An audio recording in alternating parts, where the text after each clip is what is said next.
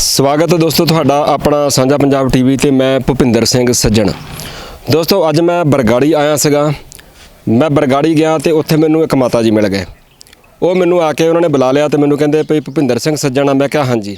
ਕਹਿੰਦੇ ਅਸੀਂ ਤੁਹਾਨੂੰ ਵੇਖਦੇ ਰਹੀਦਾ YouTube ਤੇ। ਮੈਂ ਕਿਹਾ ਜੀ ਤੁਹਾਡਾ ਧੰਨਵਾਦ। ਕਹਿੰਦੇ ਤੁਹਾਡੀਆਂ ਬਹੁਤ ਸਾਰੇ ਵੀਡੀਓਜ਼ ਇੰਟਰਵਿਊ ਵਗੈਰਾ ਦੇਖਦੇ ਆ, ਚੰਗਾ ਲੱਗਦਾ, ਵਧੀਆ ਲੱਗਦਾ, ਕੌਮ ਦੀ ਆਵਾਜ਼ ਚੁੱਕਦੇ ਹੋ। ਸੋ ਮੈਨੂੰ ਵੀ ਬੜਾ ਚੰਗਾ ਲੱਗਾ ਭਈ ਉਹਨਾਂ ਨੇ ਇੱਦਾਂ ਆਖਿਆ। ਫਿਰ ਮੈਨੂੰ ਕਹਿੰਦੇ ਕਿ ਮੇਰੇ ਨਾਲ ਘਰ ਚਲੋ ਆਓ, ਸਾਡਾ ਘਰ ਲੱਗ ਗਈ ਆ। ਮੈਂ ਕਿਹਾ ਵੀ ਚਲੋ ਤੁਹਾਡੇ ਘਰੇ ਚੱਲ ਜਾਂਦੇ ਆ। ਫਿਰ ਮੈਂ ਗੱਲਾਂ ਕਰਦੇ ਕਰਦੇ ਮੇਰੇ ਨਾਲ ਹੀ ਉਹ ਗੱਡੀ 'ਚ ਬਹਿ ਗਿਆ, ਬੱਸੇ ਬਹਿ ਕੇ ਗਏ ਸੀਗੇ ਉੱਥੇ। ਮੈਂ ਉਹਨਾਂ ਦੇ ਨਾਲ ਹੀ ਫਿਰ ਘਰ ਨੂੰ ਆ ਗਿਆ, ਮੇਰੀ ਗੱਡੀ ਦੇ ਵਿੱਚ ਨਾਲ ਹੀ ਬਹਿ ਗਏ ਉਹ। ਅਤੇ ਰਸਤੇ ਵਿੱਚ ਮੈਂ ਉਹਨਾਂ ਨੂੰ ਪੁੱਛਣ ਲੱਗ ਪਿਆ, ਮੈਂ ਕਿਹਾ ਵੀ ਤੁਸੀਂ ਕਿਹੜੇ ਪਿੰਡ ਰਹਿੰਦੇ ਹੋ ਅਤੇ ਕਿੱਦਾਂ। ਉਸ ਤੋਂ ਬਾਅਦ ਕਰਦੇ ਮੇਰੀ ਰੁਚੀ ਜ਼ਿਆਦਾ ਵੱਧਦੀ ਗਈ। ਜਦੋਂ ਮੈਨੂੰ ਉਹਨਾਂ ਨੇ ਆਪਣੇ ਬਾਰੇ ਦੱਸਿਆ, ਆਪਣੇ ਸਹੁਰਾ ਸਾਹਿਬ ਬਾਰੇ ਦੱਸਿਆ, ਆਪਣੇ ਪਤੀ ਦੇ ਬਾਰੇ ਦੱਸਿਆ ਔਰ ਉਹਨਾਂ ਨੇ ਆਪਣੇ ਬਾਰੇ ਦੱਸਿਆ, ਮੇਰੀ ਰੁਚੀ ਇਸ ਕਰਕੇ ਜ਼ਿਆਦਾ ਵੱਧਦੀ ਗਈ ਕਿ ਉਹਨਾਂ ਨੇ ਬਹੁਤ ਕੁਛ 1984 ਵਾਲਾ ਜਿਹੜਾ ਸੰਤਾਪ, ਜਿਹਨੂੰ ਆਪਾਂ ਕਹਿੰਦੇ ਹਾਂ ਵੀ ਸਿੱਖਾਂ ਨੇ ਬਹੁਤ ਵੱਡਾ ਸੰਤਾਪ ਆਪਣੇ ਪਿੰਡੇ ਦੇ ਉੱਪਰ ਝੱਲਿਆ, ਉਹ ਸਾਰੇ ਦਾ ਸਾਰਾ ਸੰਤਾਪ ਇਹਨਾਂ ਨੇ ਵੀ ਝੱਲਿਆ 1984। ਉਸ ਤੋਂ ਬਾਅਦ ਜਿਹੜਾ ਸੰਘਰਸ਼ ਚੱਲਿਆ, ਜਿਹਨੂੰ ਆਪਾਂ ਖਾੜਕੂ ਸੰਘਰਸ਼ ਕਹਿੰਦੇ ਆ, ਉਹ ਸੰਘਰਸ਼ ਵੀ ਇਹਨਾਂ ਨੇ ਵੇਖਿਆ ਔਰ ਉਸ ਸੰਘਰਸ਼ ਦੇ ਵਿੱਚ ਵੀ ਰਹੇ ਨੇ। ਮੈਨੂੰ ਉਹਨਾਂ ਨੇ ਜੋ ਕੁਝ ਦੱਸਿਆ। ਸੋ ਆਪਾਂ ਉਹਨਾਂ ਦੇ ਘਰ ਆ ਗਏ।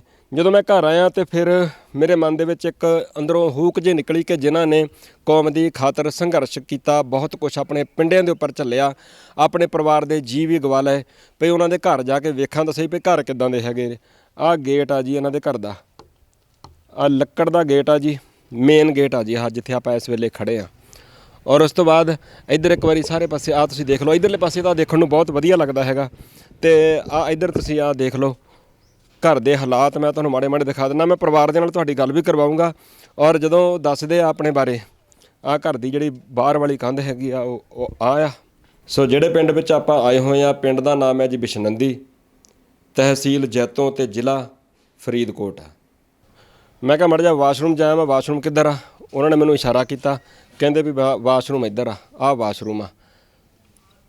ਅਤੇ ਮੇਰੇ ਤਾਂ ਅੰਦਰੋਂ ਇੱਕ ਧੂ ਜੀ ਪਈ, ਆਹ ਬਾਥਰੂਮ ਆ।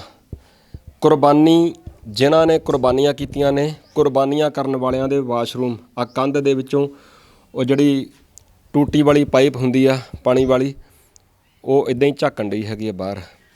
ਕੌਮ ਦੀ ਖਾਤਰ ਕੁਰਬਾਨੀਆਂ ਕਰਨ ਵਾਲਿਆਂ ਦੇ ਘਰ ਇੱਦਾਂ ਦੇ ਹੁੰਦੇ ਨੇ, ਦਰਵਾਜ਼ੇ ਇੱਦਾਂ ਦੇ ਹੁੰਦੇ ਨੇ, ਚੁਗਾਠਾਂ ਇੱਦਾਂ ਦੀਆਂ ਹੁੰਦੀਆਂ ਨੇ।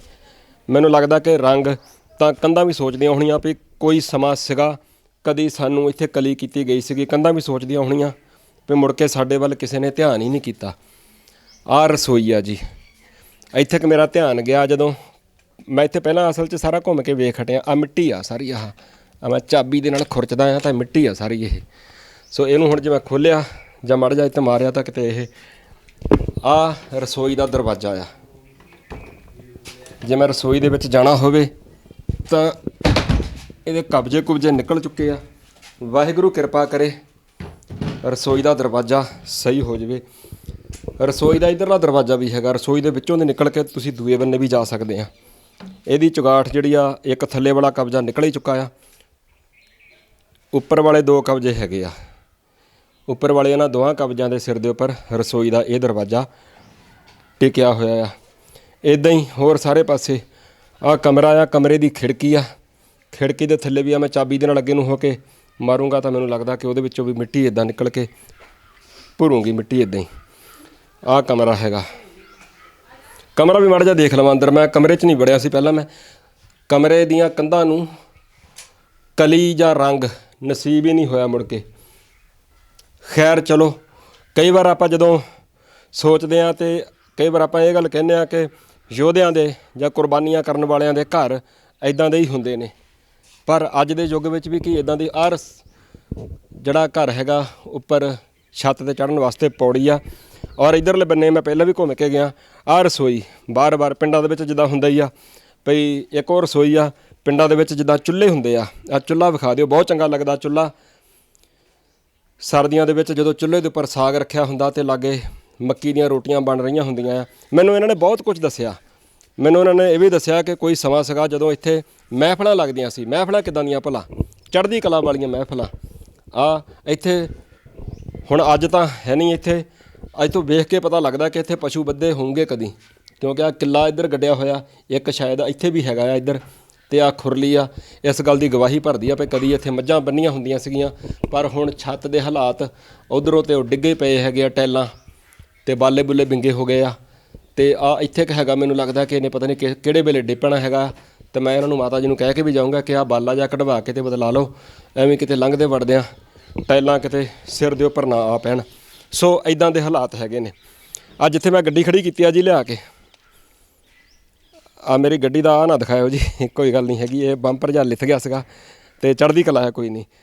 ਤੇ ਮੈਨੂੰ ਦੱਸ ਰਹੇ ਸੀਗੇ ਕਿ ਕਹਿੰਦੇ ਆ ਜਿਹੜਾ ਵਿਹੜਾ ਹੈਗਾ ਜਿੱਥੇ ਆ ਗੱਡੀ ਖੜੀ ਕੀਤੀ ਆ ਮੈਂ ਆਪਦੀ ਲਿਆ ਕੇ, ਇੱਥੇ ਕਹਿੰਦੇ ਸੰਤ ਜਰਨੈਲ ਸਿੰਘ ਖਾਲਸਾ ਭਿੰਡਰਾਂ ਵਾਲੇ ਉਹਨਾਂ ਸਮਿਆਂ ਦੇ ਵਿੱਚ 1982 ਦੇ ਵਿੱਚ ਸ਼ਾਇਦ ਕਹਿੰਦੇ ਇੱਥੇ ਆਏ ਸੀਗੇ ਤੇ ਇੱਥੇ ਆ ਕੇ ਕਹਿੰਦੇ ਬਹਿੰਦੇ ਹੁੰਦੇ ਸੀ ਜਦੋਂ ਇੱਧਰ ਪ੍ਰਚਾਰਕ ਦੌਰਿਆਂ ਦੇ ਉੱਪਰ ਆਉਂਦੇ ਹੁੰਦੇ ਸੀਗੇ। ਇੱਥੇ ਕਹਿੰਦੇ ਮੰਜਾ ਡਾਹ ਕੇ ਬੈਠੇ ਸੀਗੇ ਤੇ ਆਸੇ ਪਾਸੇ ਇਲਾਕੇ ਦੇ ਲੋਕ ਸਿੱਖ ਸੰਗਤਾਂ ਇੱਥੇ ਕਹਿੰਦੇ ਦਰੀਆਂ ਵਿਛਾ ਕੇ ਤੇ ਇੱਥੇ ਬੈਠੇ ਹੋ ਸੀਗੇ ਕਹਿੰਦੇ। ਸੋ ਉਹ ਇੱਕ ਮਾਹੌਲ ਸੀਗਾ। ਮੈਨੂੰ ਦੱਸਦੇ ਸੀਗੇ ਮਾਤਾ ਜੀ ਇਹਨਾਂ ਦੇ ਜਿਹੜੇ ਪਤੀ ਸੀਗੇ ਉਹ ਸ਼ਹੀਦ ਹੋ ਗਏ ਸੀਗੇ ਖਾੜਕੂਵਾਦ ਵੇਲੇ। ਸਾਰੀ ਕਹਾਣੀ ਕੀ ਹੈਗੀ ਆ ਮੈਂ ਉਹਨਾਂ ਦੇ ਕੋਲੋਂ ਸੁਣੂੰਗਾ। ਔਰ ਇਹਨਾਂ ਦੇ ਪਤੀ, ਸੋ ਉਹਨਾਂ ਦੇ ਜਿਹੜੇ ਦੂਜੇ ਭਾਈ ਸਾਹਿਬ ਸੀਗੇ, ਬਾਅਦ ਵਿੱਚ ਸਿੰਘਾਂ ਨੇ ਫਿਰ ਫੈਸਲਾ ਕੀਤਾ ਵੀ ਚਲੋ ਹੁਣ ਇਹ ਵੀ ਇਕੱਲੇ ਹੈਗੇ ਆ। ਸੋ ਉਹਨਾਂ ਦੀ ਸ਼ਾਦੀ ਨਹੀਂ ਸੀ ਹੋਈ, ਫਿਰ ਅਰਦਾਸ ਬੇਨਤੀ ਕਰਕੇ ਗੁਰੂ ਘਰ ਦੇ ਵਿੱਚ ਫਿਰ ਇਹ ਦੋਹੇ ਜਣੇ ਹੁਣ ਇਕੱਠੇ ਰਹਿੰਦੇ ਆ। ਤੇ ਇਹਨਾਂ ਦੀ ਇੱਕ ਬੇਟੀ ਆ, ਹੁਣ ਜਵਾਨ ਹੋ ਚੁੱਕੀ ਆ, ਉਹਦਾ ਆਨੰਦ ਕਾਰਜ ਹੋ ਚੁੱਕਾ ਹੈ। ਉਹ ਇਸ ਵੇਲੇ ਕਿੱਥੇ ਹੈਗੇ ਆ ਉਹ ਵੀ ਆਪਾਂ ਮਾਤਾ ਜੀ ਦੇ ਕੋਲੋਂ ਹੀ ਜਾਣਾਂਗੇ। ਤੇ ਇਸ ਵੇਲੇ ਹਾਲਾਤ ਕੀ ਹੈਗੇ ਆ, ਕਿਵੇਂ ਸਾਰਾ ਗੁਜ਼ਾਰਾ ਚੱਲਦਾ ਹੈਗਾ ਉਹ ਜਾਣਾਂਗੇ। ਔਰ ਉਹਨਾਂ ਦੇ ਕੋਲੋਂ ਖਾਸ ਕਰਕੇ ਜਿਹੜੀਆਂ ਚੜ੍ਹਦੀ ਕਲਾ ਵਾਲੀਆਂ ਗੱਲਾਂ ਹੈਗੀਆਂ ਨੇ ਉਸ ਵੇਲੇ ਸੰਘਰਸ਼ ਦੀਆਂ, ਉਹ ਵੀ ਆਪਾਂ ਉਹਨਾਂ ਦੇ ਕੋਲੋਂ ਜਾਣਨ ਦੀ ਕੋਸ਼ਿਸ਼ ਕਰਦੇ ਹਾਂ। ਆਓ ਚੱਲਦੇ ਹਾਂ ਮਾਤਾ ਜੀ ਦੇ ਕੋਲ। ਮੇਰੇ ਕੋਲ ਇੱਥੇ ਕਿਤਾਬਾਂ ਹੈਗੀਆਂ ਨੇ ਜਿਨ੍ਹਾਂ ਦੇ ਵਿੱਚ ਇਹਨਾਂ ਦਾ ਜ਼ਿਕਰ ਵੀ ਆਉਂਦਾ ਹੈਗਾ। ਬਹੁਤ ਸਾਰੇ ਸੱਜਣ ਜਿਹੜੇ ਵਿਦੇਸ਼ਾਂ ਦੀ ਧਰਤੀ ਤੇ ਹੈਗੇ ਆ, ਚਾਹੇ ਇੱਥੇ ਵੀ ਕਿਉਂ ਨਾ ਹੋਣ। ਬਹੁਤ ਸਾਰੇ ਜਿਹੜੇ ਸਾਡੀ ਨਵੀਂ ਪੀੜ੍ਹੀ ਆ ਉਹਨਾਂ ਵਿੱਚੋਂ ਵੀ ਸ਼ਾਇਦ ਹੋ ਸਕਦਾ ਬਹੁਤਿਆਂ ਨੂੰ ਨਾ ਪਤਾ ਹੋਵੇ, ਕਿਉਂਕਿ ਇੱਕ ਗੈਪ ਜਿਹਾ ਪੈ ਗਿਆ ਹੈਗਾ, ਇੱਕ ਪੀੜ੍ਹੀ ਦਾ ਗੈਪ ਹੈਗਾ ਆ। ਸੋ ਨਵੀਂ ਪੀੜ੍ਹੀ ਜਿਹੜੀ ਹੈਗੀ ਜੋ ਸੋਸ਼ਲ ਮੀਡੀਆ ਦੇ ਉੱਪਰ ਜ਼ਿਆਦਾ ਐਕਟਿਵ ਆ, ਸੋ ਜਿਨ੍ਹਾਂ ਨੇ ਪਹਿਲਾਂ ਕੁਰਬਾਨੀਆਂ ਕੀਤੀਆਂ, ਕਈ ਵਾਰ ਸਾਡੇ ਨਵੇਂ ਜਿਹੜੇ ਬੱਚੇ ਹੈਗੇ ਉਹਨਾਂ ਨੂੰ ਪਤਾ ਹੀ ਨਹੀਂ ਹੈਗਾ ਵੀ ਸਾਥੋਂ ਪਹਿਲੇ ਜਿਹੜੇ ਸੀਗੇ ਉਹਨਾਂ ਨੇ ਕਿੱਡੀਆਂ ਵੱਡੀਆਂ ਕੁਰਬਾਨੀਆਂ ਕੀਤੀਆਂ ਨੇ, ਔਰ ਕਿੱਡੇ ਵੱਡੇ ਉਹਨਾਂ ਨੇ ਤਸ਼ੱਦਦ ਆਪਣੇ ਪਿੰਡਾਂ ਦੇ ਉੱਪਰ ਝੱਲੇ ਹੋਏ ਆ, ਔਰ ਕਿੱਡੇ ਡੂੰਘੇ ਜ਼ਖਮ ਇੱਥੇ ਉਹਨਾਂ ਦੇ ਦਿਲ ਦੇ ਉੱਪਰ ਹੈਗੇ ਆ। ਇੱਥੇ ਜ਼ਿਹਨ ਦੇ ਵਿੱਚ ਕਿੰਨਾ ਕੁਛ ਉਹਨਾਂ ਦੇ ਹੈਗਾ ਆ ਦੱਸਣ ਵਾਸਤੇ, ਉਹਨਾਂ ਦੇ ਕੋਲ ਬੋਲਣ ਵਾਸਤੇ ਹੈਗਾ ਆ। ਪਰ ਜਿਹੜਾ ਸਾਡਾ ਇੱਥੋਂ ਦਾ ਮੀਡੀਆ ਹੈਗਾ ਉਹ ਉਹਨਾਂ ਦੇ ਕੋਲ ਚੱਲ ਕੇ ਨਹੀਂ ਆਉਂਦਾ ਹੈਗਾ ਉਹਨਾਂ ਦਾ ਦੁੱਖ ਦਰਦ ਸੁਣਨ ਦੇ ਵਾਸਤੇ। ਉਹ ਨਹੀਂ ਚਾਹੁੰਦੇ ਹੈਗੇ ਕਿ ਉਹਨਾਂ ਦਾ ਦੁੱਖ ਦਰਦ ਉਹ ਦੁਨੀਆ ਤੱਕ ਪਹੁੰਚੇ। ਪਰ ਆਪਣਾ ਇੱਕ ਪੰਥਕ ਫਰਜ਼ ਨਿਭਾਉਣ ਦੇ ਆਪਾਂ ਯਤਨ ਕਰਦੇ ਹਾਂ। ਮੈਂ ਜਿੱਦਾਂ ਤੁਹਾਨੂੰ ਕਈ ਵਾਰ ਆਖਿਆ ਕਿ ਮੈਂ ਜਿਹੜੇ ਉਹ ਪਰਿਵਾਰ ਹੈਗੇ ਆ, ਕਈ ਵਾਰ ਮੈਂ ਉਹਨਾਂ ਦੇ ਮੰਜਿਆਂ ਦੇ ਉੱਪਰ ਜਾ ਕੇ ਬਹਿ ਕੇ ਉਹਨਾਂ ਨਾਲ ਗੱਲਬਾਤ ਕਰਕੇ ਆਉਣਾ ਅਤੇ ਬਹੁਤ ਕੁਛ ਪਤਾ ਲੱਗਦਾ ਹੈਗਾ। ਮੈਨੂੰ ਵੀ ਚੇਤਾ ਹੈ ਕਿ ਮੈਂ ਅੱਜ ਤੋਂ ਕਈ ਵਰ੍ਹੇ ਪਹਿਲਾਂ ਕਿਤਾਬਾਂ ਦੇ ਵਿੱਚ ਪੜ੍ਹਦਾ ਹੁੰਦਾ ਸੀਗਾ, ਜਦੋਂ ਮੈਂ ਪੱਤਰਕਾਰੀ ਦੇ ਖੇਤਰ ਵਿੱਚ ਨਹੀਂ ਸੀਗਾ। ਕਿਤਾਬਾਂ ਦੇ ਵਿੱਚ ਪੜ੍ਹਦਿਆਂ ਹੋਇਆਂ ਪਤਾ ਲੱਗਦਾ ਹੁੰਦਾ ਸੀਗਾ ਆਹ ਸ਼ਹੀਦੀ ਡਾਇਰੈਕਟਰੀ ਆ ਜੀ, ਇਹ ਜੂਨ 1984 ਦੀ ਸਿੱਖ ਹਿੰਦ ਜੰਗ ਸ਼ਹੀਦੀ ਡਾਇਰੈਕਟਰੀ ਆ ਜੀ, ਆਹ ਮੇਰੇ ਹੱਥ ਦੇ ਵਿੱਚ। ਇਹਦੇ ਵਿੱਚ ਮੈਂ ਤੁਹਾਨੂੰ ਦਿਖਾਉਣਾ ਜੀ ਆ ਜੀਵਨ ਬਿਉਰਾ। ਭਾਈ ਗੁਰਦੇਵ ਸਿੰਘ ਜੀ ਬਿਸ਼ਨੰਦੀ ਪਿੰਡ ਦਾ ਨਾਮ ਹੈ ਜਿੱਥੇ ਆਪਾਂ ਇਸ ਵੇਲੇ ਬੈਠੇ ਹੈਗੇ ਹਾਂ ਜੀ। ਇਹਨਾਂ ਦਾ ਨਾਮ ਬਿਸ਼ਨੰਦੀ, ਜਨਮ 1919 ਦੇ ਵਿੱਚ ਹੋਇਆ ਸੀਗਾ। ਅਤੇ ਇਹਨਾਂ ਦਾ ਜਿਹੜਾ ਪਤਾ ਹੈਗਾ ਉਹ ਦਿੱਤਾ ਹੋਇਆ, ਉਹਨਾਂ ਦੇ ਪਿਤਾ ਜੀ ਦਾ ਨਾਮ, ਮਾਤਾ ਜੀ ਦਾ ਨਾਮ, ਆ ਸਾਰਾ ਕੁਛ ਜਿਹੜਾ ਹੈਗਾ ਉਹਨਾਂ ਦਾ। ਔਰ ਉਹਨਾਂ ਦੀ ਸ਼ਹੀਦੀ ਜਿਹੜੀ ਹੈਗੀ ਆ 5-6 ਜੂਨ 1984 ਦਰਬਾਰ ਸਾਹਿਬ ਅੰਮ੍ਰਿਤਸਰ। ਜੂਨ 1984 ਨੂੰ ਜਦੋਂ ਸਿੱਖਾਂ ਦੇ ਮੁਕੱਦਸ ਅਸਥਾਨ ਸੱਚਖੰਡ ਸ੍ਰੀ ਦਰਬਾਰ ਸਾਹਿਬ ਦੇ ਉੱਪਰ ਸ੍ਰੀ ਅਕਾਲ ਤਖਤ ਸਾਹਿਬ ਨੂੰ ਟੈਂਕਾਂ ਅਤੇ ਤੋਪਾਂ ਦੇ ਨਾਲ ਹਮਲਾ ਕੀਤਾ ਜਾਂਦਾ, ਢਹਿ ਢੇਰੀ ਜਦੋਂ ਕੀਤਾ ਜਾਂਦਾ ਹੈਗਾ, ਅਤੇ ਉਸ ਵੇਲੇ ਭਾਈ ਗੁਰਦੇਵ ਸਿੰਘ ਜੀ ਬਿਸ਼ਨੰਦੀ ਇਹਨਾਂ ਦੀ ਉੱਥੇ ਸ਼ਹੀਦੀ ਹੁੰਦੀ ਆ। ਇਹ ਗੱਲ ਸਾਨੂੰ ਇਸ ਡਾਇਰੈਕਟਰੀ ਦੇ ਵਿੱਚੋਂ ਪਤਾ ਲੱਗਦੀ ਹੈ। ਇਹ ਤੋਂ ਇਲਾਵਾ ਮੇਰੇ ਕੋਲ ਇੱਕ ਹੋਰ ਕਿਤਾਬ ਹੈਗੀ ਆ, ਮੈਨੂੰ ਚੇਤੇ ਅੱਜ ਤੋਂ ਕਈ ਵਰ੍ਹੇ ਪਹਿਲਾਂ ਮੈਂ ਕਿਤਾਬ ਪੜ੍ਹੀ ਸੀਗੀ, ਉਸ ਵੇਲੇ ਮੈਂ ਇਸ ਪੱਤਰਕਾਰੀ ਦੇ ਖੇਤਰ ਵਿੱਚ ਨਹੀਂ ਸੀਗਾ। ਪੁਰਜਾ ਕੱਟ ਮਰੈ, ਇਹ ਕਿਤਾਬ ਪੜ੍ਹੀ ਸੀਗੀ ਮੈਂ। ਇਹ ਸਰਦਾਰ ਬਲਜੀਤ ਸਿੰਘ ਖਾਲਸਾ ਉਹਨਾਂ ਦੀ ਲਿਖੀ ਹੋਈ ਆ, ਜਿਹੜੇ ਕਿ ਅੱਜ ਕੱਲ੍ਹ ਅੰਮ੍ਰਿਤਸਰ ਸ਼ਹਿਰ 'ਚ ਰਹਿੰਦੇ ਹੈਗੇ ਆ। ਔਰ ਉਹਨਾਂ ਦਾ ਇੱਕ ਰਸਾਲਾ ਛਪਦਾ ਹੈਗਾ ਵੰਗਾਰ ਮਹੀਨਾਵਾਰੀ, ਔਰ ਉਹਦੇ ਸੰਪਾਦਕ ਨੇ ਉਹਨਾਂ ਵੱਲੋਂ ਲਿਖੀ ਹੋਈ ਬੁੱਕ ਆ ਇਹ ਪੁਰਜਾ ਕੱਟ ਮਰੈ। ਸੋ ਇਸ ਬੁੱਕ ਦੇ ਵਿੱਚ ਮੈਂ ਪੜ੍ਹਿਆ ਸੀਗਾ।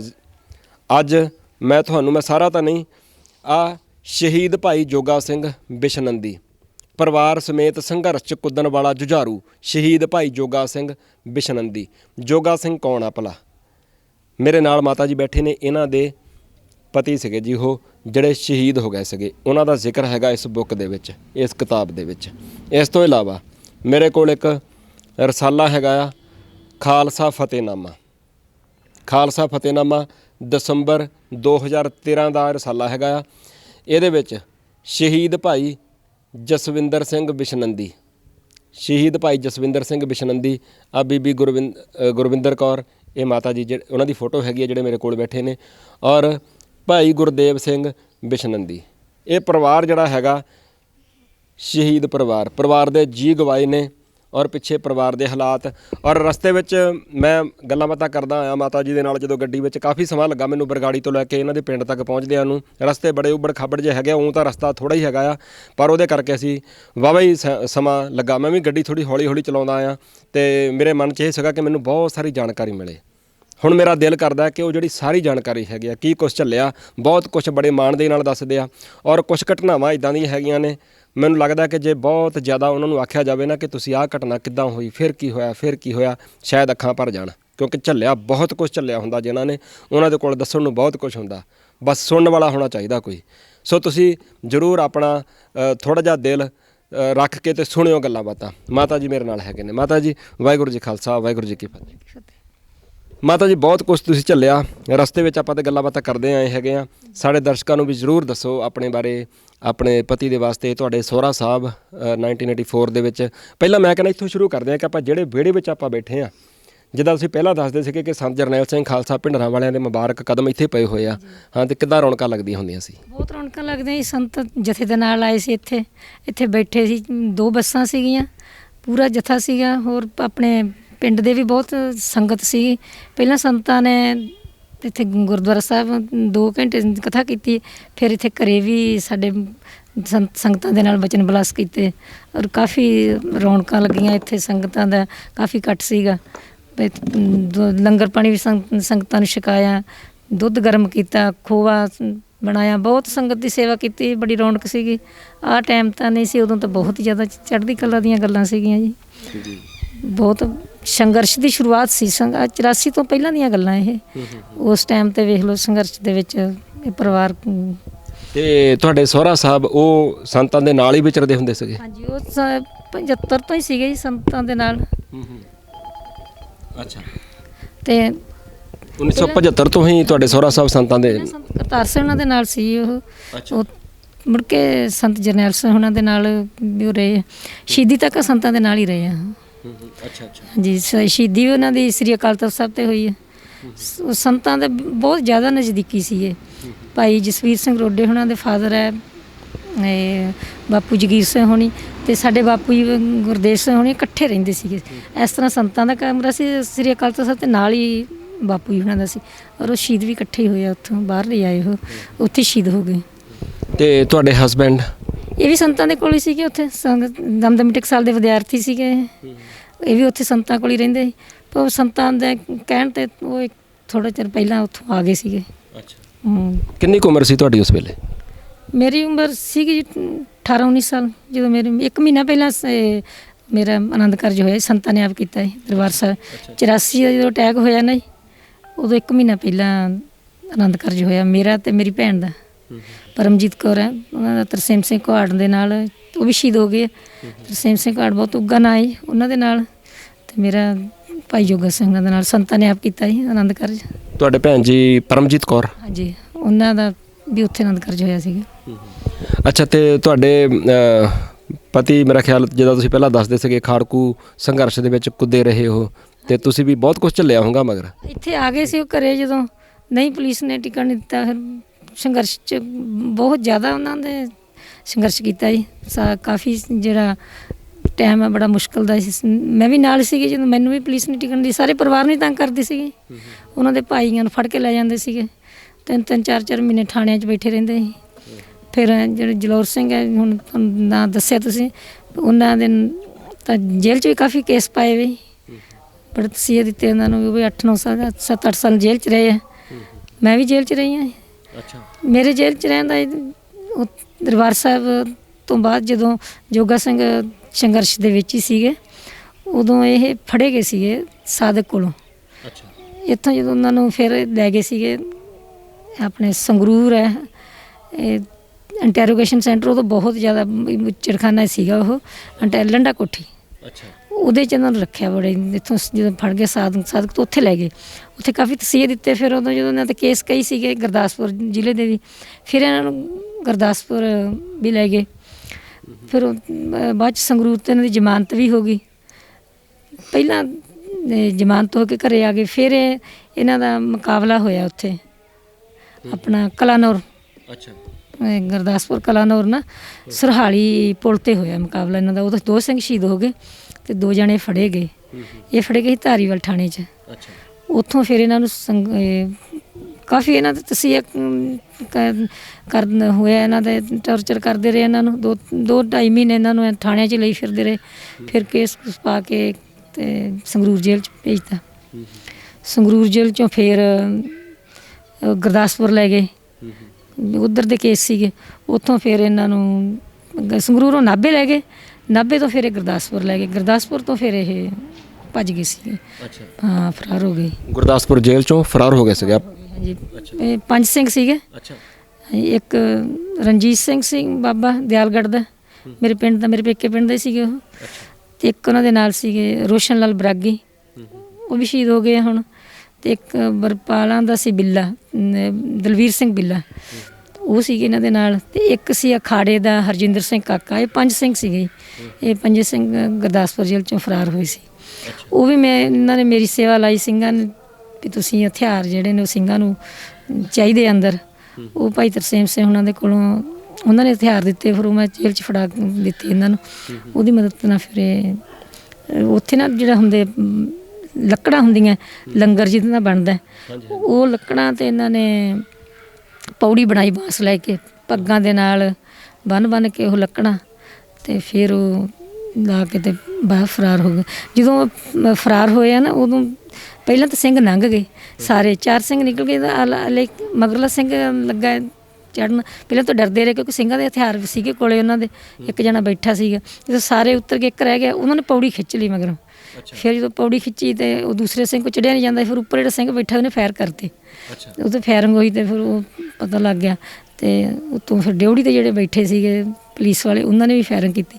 ਇਸ ਤਰ੍ਹਾਂ ਫਾਇਰਿੰਗ ਹੋਈ ਹੈ ਵੈਸੇ, ਪਰ ਉਹ ਸਿੰਘ ਭੱਜ ਗਏ, ਸਿੰਘ ਨਿਕਲ ਗਏ ਸਾਰੇ। ਅਤੇ ਜੀਪ ਸੀਗੀ ਬਾਹਰ, ਅਤੇ ਜੀਪ 'ਚ ਫਰਾਰ ਹੋ ਗਏ ਫਿਰ ਚੜ੍ਹ ਕੇ। ਤੇ ਉਸ ਤੋਂ ਬਾਅਦ ਫਿਰ ਸ਼ਹੀਦੀ ਕਿੱਦਾਂ ਹੋਈ ਉਹਨਾਂ ਦੀ? ਫਿਰ ਸ਼ਹੀਦੀ ਉਹਨਾਂ ਦੀ ਜਦੋਂ ਫਰਾਰ ਹੋ ਗਏ ਆ, ਫਿਰ ਇਸ ਤਰ੍ਹਾਂ ਖੜਕੂ ਸੰਘਰਸ਼ 'ਚ ਹੀ ਰਹੇ ਆ ਜੀ। ਸੰਘਰਸ਼ 'ਚ ਬਸ ਐਂ ਕਦੀ ਕਿਤੇ ਆਪਣੇ ਭਾਈ ਤਰਸੇਮ ਸਿੰਘ ਹੋਣੀ ਕੁਹਾੜ ਸਿੰਘ ਜੀ, ਭਾਈ ਵਸਨ ਸਿੰਘ ਜੱਫਰਵਾਲ, ਇਹ ਕਾਫੀ ਸਿੰਘ ਸੀਗੇ। ਸੁਖਵਿੰਦਰ ਸਿੰਘ ਗੋਰਾ ਸੀ ਗੁਰਦਾਸਪੁਰ ਜ਼ਿਲ੍ਹੇ ਦਾ ਜੀ। ਸਰਬਜੀਤ ਸਿੰਘ ਉੱਪਲ ਹੈ, ਭਾਈ ਮਾਨੋਚਾਲ, ਬਾਬਾ ਗੁਰਬਚਨ ਸਿੰਘ ਮਾਨੋਚਾਲ ਹੈ।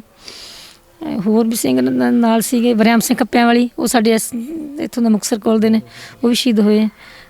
ਇੱਦਾਂ ਗੁਰਮੇਜ ਸਿੰਘ ਗੇਜਾ ਸੀਗੇ ਜੋ ਵੀ ਸ਼ਹੀਦ ਹੋ ਗਏ। ਮੱਖਣ ਸਿੰਘ ਛਿੱਤ ਸੀਗਾ। ਇਹ ਸਾਰੇ ਸਿੰਘ ਸੀਗੇ, ਬੜੇ ਇਹਨਾਂ ਦਾ ਗਰੁੱਪ ਸੀਗਾ ਬਹੁਤ। KCF ਦਾ ਇਹ ਵੱਡੇ ਸੀਗੇ ਇਸ ਏਰੀਏ ਦੇ।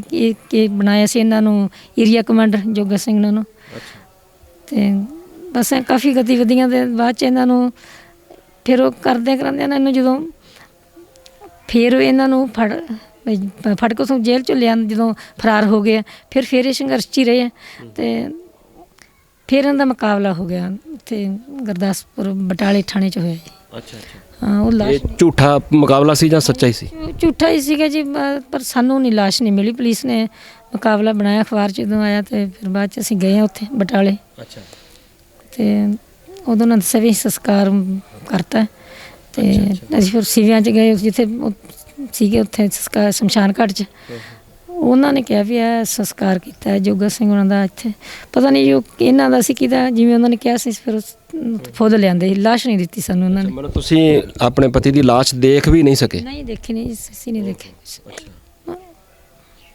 ਤੇ ਤੁਹਾਡੇ ਤੇ ਤੁਸੀਂ ਦੱਸ ਰਹੇ ਸੀਗੇ ਕਿ ਮੇਰਾ ਤੇ ਹੁਣ ਧਿਆਨ ਫਿਰ ਉੱਥੇ ਹੀ ਰਹਿ ਗਿਆ ਹੈਗਾ ਕਿ ਕਿੱਦਾਂ ਦੇ ਹਾਲਾਤ ਰਹੇ ਹੋਣਗੇ। ਤੁਸੀਂ ਸੋਚ ਕੇ ਵੇਖੋ ਵੀ ਇੱਕ ਠੀਕ ਹੈ ਵੀ ਸਰਕਾਰ ਇਹ ਗੱਲ ਕਹਿੰਦੀ ਹੈ, ਅੱਜ ਵੀ ਕਹਿੰਦੀ ਹੈ ਸਰਕਾਰ ਵੀ ਉਸ ਵੇਲੇ ਸਿੱਖ ਗੁੰਮਰਾਹ ਹੋ ਗਏ ਸੀਗੇ। ਉਹਨਾਂ ਦੇ ਹਿਸਾਬ ਦੇ ਨਾਲ ਚਲੋ ਸਿੱਖ ਗੁੰਮਰਾਹ ਹੋ ਗਏ ਸੀਗੇ, ਸਿੱਖ ਕੁਰਾਹੇ ਪੈ ਗਏ ਸੀਗੇ।